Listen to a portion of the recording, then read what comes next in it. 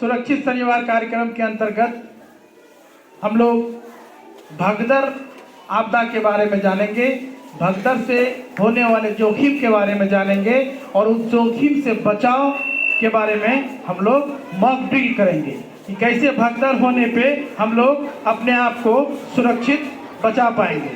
तो सबसे पहले जानना है कि अक्सर देखा जाता है कि भगदड़ के क्रम में अक्सर कुछ लोगों की मौत हो जाती है, ठीक है ना।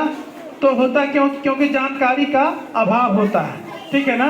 तो भगदड़ जब कहीं पे अंदेशा हो या भगदड़ हो सकता है जहाँ भीड़ ज़्यादा मात्रा में दिखाई हो रहा है और हम लोग वहाँ पर पहुँच चुके हैं, तो हम लोगों को ये ध्यान देना चाहिए कि अगर यहाँ भगदड़ होने का आशंका है, अंदेशा है, तो हम लोग ऐसे जगह को तलाश करेंगे जहाँ से हम लोग आसानी से निकल पाएँ, ठीक है ना। कभी कभी ऐसा देखा जाता है कि भगदड़ होने पे जो निकलने का रास्ता होता है बीच का अलग से, ठीक है ना, तो उस रास्ते में कटीला तार वगैरह भी हो सकता है निकलने का रास्ता, तो उसका परवाह नहीं करना, वहां से हम लोग को किसी तरह अपने आप को सुरक्षित निकाल देना है। दूसरा बात गौर करने का है कि हम लोग भगदड़ की स्थिति में अपने आप को सबसे पहले जो बचाव करते हैं, क्योंकि अक्सर देखा जाता है कि भगदड़ में बहुत लोगों की जान सांस अटकने से या सांस में दिक्कत आने से उन लोगों की मौत हो जाती है, ठीक है ना।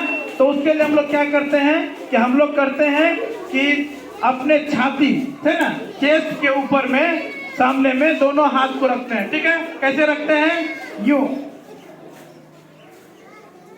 ये अपने आप को हम लोग बचा के रखते हैं ताकि हम लोगों का ये जो हार्ट है, क्योंकि हार्ट अटैक से मौत होने की संभावना होती है, ठीक है ना। तो हम लोग इस पोजीशन में आ जाते हैं कि अपने आप को बचाने के लिए भीड़ में ये दोनों हाथ को सीने के ऊपर रखते हैं, ठीक है ना। और उसके बाद हम लोग वहां से निकलने का प्रयास करते हैं। तो प्रयास करते हैं, एक मॉक ड्रिल करते हैं।